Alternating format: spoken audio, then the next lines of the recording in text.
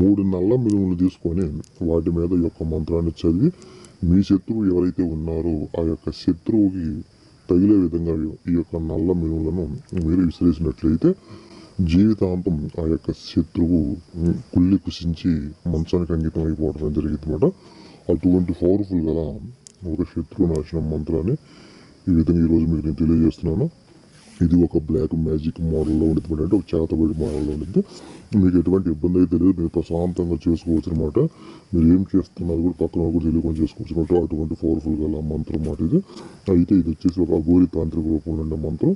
సాధన గురించి మీరు పూర్తిగా తెలుసుకోవాలనుకుంటున్న వాళ్ళు ఎవరైతే ఉన్నారో వాళ్ళు ఈ వీడియో అనేది పూర్తిగా చూడటం వల్ల మీకు ఒక క్లారిటీ అనేది వచ్చింది.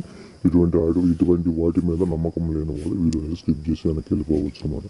అయితే ఇక్కడ నేను చెప్పేది ఏమిటంటే, ప్రతి ఒక్క మనిషి జీవితంలో శత్రువులు అనేవాళ్ళు ఒక్కలైనా ఉంటారండి. అది ఎవరికైనా ఉంటారు. ఎందుకంటే వాళ్ళు నడుచుకునే ప్రవర్తన బట్టి ఎదుటి వ్యక్తులు అనేవి వాళ్ళు మంచి వాళ్ళుగా మారుతారు, శత్రువులుగా మారుతారు.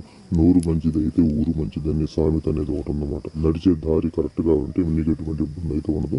కానీ ఏదో ఒక రూపంలో ఎక్కడ సరే ఒక శత్రువు మనకి రావడం అనేది జరిగింది. ఆ వచ్చినప్పుడు ఆ యొక్క శత్రువు వలన మీ కుటుంబం కానీ మీరు కానీ అనేక రకాలైన కష్టాలు పాలవుతున్నప్పుడు ఈరోజు నేను చెప్పి ఒక చిన్న ప్రయోగాన్ని మీరు చేసుకోండి.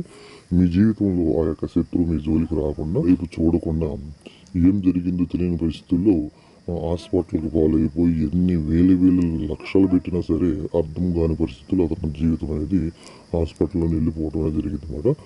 అటువంటి పవర్ఫుల్ గల మంత్రం అన్నమాట. అయితే ఈ యొక్క మంత్ర ప్రయోగం వచ్చేసి మీరు తీసుకోవడం కోసమే తెలియజేస్తున్నాను, అంతేగాని మీరు ఒక జీవితం నాశనం చేయమని అయితే చెప్పడం లేదు. ఇటువంటి మంత్ర తంత్రాలు అనేవి అనేక రకాలైన పద్ధతులు ఉన్నాయి అని మీకు ఒక తెలియజేయడం కోసం ఈ యొక్క వీడియోని చేస్తున్నాను అనమాట. అయితే ఎవరైనా సరే ఇటువంటి ప్రయోగాలు మీరు చేయాలనుకున్నప్పుడు 1-2 సార్లు ఆలోచన చేసి చేసుకోండి. అయితే గురువుని సంప్రదించి తెలుసుకున్న తర్వాత చేసుకొని మీకు ఎటువంటి ఇబ్బంది అయితే ఉండదన్నమాట. అయితే ఇక్కడ వచ్చేసరికి ఏంటంటే, శత్రువులు అనేవాళ్ళు అనేక సమస్యలు, అంటే ఎగ్జాంపుల్ చెప్పాలంటే శత్రువులు అనేవాళ్ళు ఎక్కడ ఏర్పడతారంటే డబ్బు దగ్గర శత్రువులు ఏర్పడతారు, అదేవిధంగా ప్రేమ సమస్యలు కాడ శత్రువులు ఏర్పడతారు, అదేవిధంగా ఆస్తుపాస్తులు కాడ శత్రువులు అనేవాళ్ళు ఏర్పడతారు. అనేక రకాలైన కోణాల్లో శత్రువులు అనేవాళ్ళు దీనికి దానికి అనేది కాకుండా చాలామంది అనేక రకాల్లో ఉంటారు అన్నమాట. అటువంటి సమయంలో మీరు ఎటువంటి దారి దొరకలేదు అనుకున్నప్పుడు మాత్రం ఈ యొక్క ప్రయోగం అనేది మీరు చేసుకోవచ్చు. అంతేగాని మీరు చిన్న చిన్న విషయాలకి ఇంటి ఎదురు వాళ్ళు ఏదో అన్నారని, లేదా ఇంటి పక్కన వాళ్ళు ఏదో అన్నారని, లేకపోతే మేము తిరిగే బజార్లో మమ్మల్ని చిన్న మాటలను సూటిపోటి మాటలు అడుగుతున్నారని ఇటువంటి మంత్ర ప్రయోగాలను ఉపయోగించకూడదు అన్నమాట. ఎందుకంటే ఇవి ప్రాణాలతో కూడినవి కాబట్టి ఒకవేళ నువ్వు తెలిసి కానీ తెలియక కానీ ఒక మంచి వ్యక్తి మీద ఇటువంటి ప్రయోగం చేసినప్పుడు ఆ యొక్క కర్మ ఫలితం అనేది మీకు మీ కుటుంబానికి రివర్స్లో వర్తించింది. కాబట్టి 1-2 సార్లు ఆలోచన చేసుకోండి. ఈరోజు చేయాలి, ఎప్పుడు చేయాలంటే సాధన వచ్చేసి ఎక్కువగా శక్తి పొందడం కోసం అమావాస్య గ్రహణం, సూర్యగ్రహణం, చంద్రగ్రహణం, పౌర్ణమి రోజుల్లో ఎక్కువగా సాధకులు అనేవాళ్ళు, మాంత్రికులు అనేవాళ్ళు సాధన అనేది ప్రారంభం చేస్తారన్నమాట. అయితే ఈ యొక్క మంత్రం కూడా మీరు ఎప్పుడు సాధన చేయాలంటే అమావాస్య రోజున ఈ యొక్క మంత్రం అనేది మీరు జపం చేసుకోవాల్సి ఉంటుంది. ముందుగా మీరు జపం చేసుకోవడానికి మీకు ఎటువంటి ఇబ్బంది అయితే లేదు. అమావాస్య రోజున మీరు మీ ఇంట్లోనే పూజా మందిరంలో చేయవలసింది ఏమీ లేదు. మీ ఇంట్లో ఏ విధంగా అయితే పూజ చేస్తారో అదేవిధంగా ఇంట్లో దీపం వెలిగిస్తారు. దీపం వెలిగించి కడ్డీలు వెలిగించేసి ధూపదీపం అన్ని సమర్పించుకున్న తర్వాత ఈ యొక్క సాధన అనేది ఈ యొక్క మంత్రాన్ని మీరు ముందుగా మీ మనసులో తలుచుకొని నేను పలానా పని మీద ఈ యొక్క మంత్రం జపం చేస్తున్నాను అనుకున్న తర్వాత అప్పుడు మీరు ఈ యొక్క మంత్రం అనేది మీరు అమావాస్య రోజున మీరు ఉదయం నుంచి సాయంకాలం దాకా చేస్తారు, లేదా సాయంత్రం నుంచి 12 గంటల దాకా చేస్తారు. ఎట్లా చేసినా సరే 1008 సార్లు జపం చేయాలి. ఆ విధంగా జపం చేయటం వల్ల ఏం జరిగిందంటే ఆ యొక్క మంత్రానికి ఉన్న శక్తికి మీరు అరుకులు అవుతారు అన్నమాట. ఎగ్జాంపుల్ మీరు చెప్పాలంటే ఒక ఎగ్జామ్ మనం పాస్ అవ్వాలంటే ముందే మనకి ఏమిస్తారు, కొన్ని క్వశ్చన్స్ అన్నీ ఆన్సర్స్ ఇస్తారన్నమాట. వాటిని మనం కరెక్ట్గా చదివి మనం చూడకుండా రాయగలిగినప్పుడు మనం ఏమవుతాం, దాంట్లో పాస్ అవుతుందన్నమాట. అదేవిధంగా ఇక్కడ కూడా ఒక మంత్రం అనేది మనం ఏం చేస్తామంటే దానికి ఇన్ని జప సంఖ్యను ఉండిద్ది అన్నమాట. ఇన్ని జప సంఖ్య మనం ఎప్పుడైతే చేయగలమో అప్పుడు దానిలో నువ్వు పాస్ అయినట్లు లెక్క అన్నమాట. ఇప్పుడు నీకు మంత్రశక్తి అనేది ప్రాప్తించింది, అయిపోయింది.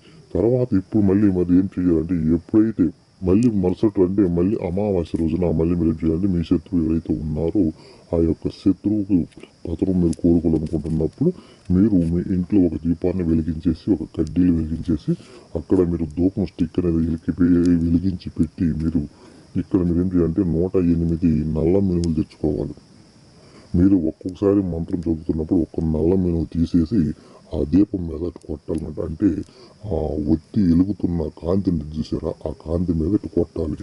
ఆ విధంగా 108 సార్లు మంత్రం చదవాలి. 108 నల్ల మినుములు తీసుకొని ఆ వెలుతురు మీద ఆ విధంగా ఇటు కొట్టాలన్నమాట. అంటే ఇట్లా చిన్నగా ఇటు వేయాలన్నమాట. చిన్నగా ఇటు వేస్తే అవి మొత్తం అక్కడే పడితే ఆ 108 అయిపోయింది అనమాట. అయిపోయిన తర్వాత ఇప్పుడు ఏం చేస్తారంటే మళ్ళీ వాటిల్లోంచి ఒక 18 తీసుకోండి. ఒక 18 తీసుకోండి. తీసుకున్న తర్వాత ఇప్పుడు మీరు ఏం చేస్తారంటే ఆ యొక్క 18ని మళ్ళీ మీరు అభిమంత్రించాలి. అభిమంత్రం అంటే మళ్ళీ దాన్ని 18 సార్లు చదవాలన్నమాట. ఆ విధంగా మళ్ళీ మీరు 18 తీసుకుని పక్కన పెట్టేసి మళ్ళీ ఆ 18ని అదే మంత్రంతో మీరు చదువుతూ ఆ దీపం వెలిగే కాడ కాంతిని కొట్టండి. ఆ విధంగా కొట్టిన తర్వాత మీరు ఏం చేస్తారంటే ఇప్పుడు వాటి మొత్తంలో కలిపి ఒక 3ని మీ చేతిలో తీసుకోండి. ఇప్పుడు ఎవరైతే ఉన్నారో వాళ్ళు వచ్చే దారిలో కానీ వెళ్ళే దారిలో కానీ లేకపోతే మీ దగ్గరకు వచ్చేటప్పుడు వెళ్ళేటప్పుడు కానీ అతనికి తెలియకుండా అతని వెనక భాగాన ఈ యొక్క 3 నల్ల మినుములను అతని శరీరానికి అంటే అతనికి తగిలే విధంగా ఇటు విసిరేసేయండి. ఆ విసిరినప్పుడు అతనికి తగలాలన్నమాట. ఆ విధంగా తగిలినట్లయితే జీవితంలో మళ్ళీ ఆ యొక్క శత్రువు మంచం మీద ఉండి పైకి లేకుండా శాశ్వతంగా మంచానికి అంకితం అయిపోవడం జరిగింది. ఈ విధంగా మనం నువ్వు కొట్టిన వెంటనే సినిమా మోడల్లో మంచానికి అంకితం అయిపోతాడంటే లేదు. నువ్వు ఆ ప్రయోగం చేసిన 11 నుండి 21 రోజుల్లో అతనికి క్రమేణా చెప్పుకోలేనంటే ఏ రోగం మీద వచ్చింది తెలియని పరిస్థితుల్లో అనారోగ్యం పాలవుతాడు అనమాట. అనారోగ్యం పాలైతే చివరికి మంచానికి అంకితం అవుతాడు. మంచానికి అంకితం అయిపోయి ఏం రోగం వచ్చింది తెలియని పరిస్థితుల్లో ఎంతోమంది డాక్టర్ల దగ్గరికి వెళ్ళడం జరిగింది. వాళ్ళకు కూడా అంత చిక్కని రోగం లాగా మారిపోయింది అనమాట. చివరికి ఇద్దరు కొన్నాళ్ళ మంచంలో ఉన్న విధంగా గడపడం అనేది జరిగింది అనమాట. అటువంటి పవర్ఫుల్ గల ఈ యొక్క గోరి తాంత్రిక మంత్రం కాబట్టి అందుకే చెబుతుంది ఏంటంటే ఏం చేయాలన్నా సరే ఒక్కడికి 100 సార్లు కాదు 1000 సార్లు ఆలోచించేసి చేయాల్సినటువంటి ప్రయోగం అనమాట. ఎందుకంటే అటువంటిప్పుడు మీరు చెప్పడం దేనికి గురువు గారు మాకని మీరు అనుకోవచ్చు. అది మంచి ప్రశ్న. కానీ ఇక్కడ కొన్ని సిచ్యువేషన్లో కొన్ని సందర్భాల్లో కొన్ని బయటికి రావాల్సి వస్తుంది అన్నమాట. ఏదైనా సరే అవి బయటికి వచ్చినప్పుడు బయటికి చెప్పవలసి ఉంటుంది. అటువంటి సందర్భాల్లో నేను కొన్ని మీకు ఈ విధంగా ఉండిద్దని మీకు తెలియజేయడం జరుగుతుంది. అంతేగాని మిమ్మల్ని ఒక చంపమని కాదు, ఒక చేయమని కాదు.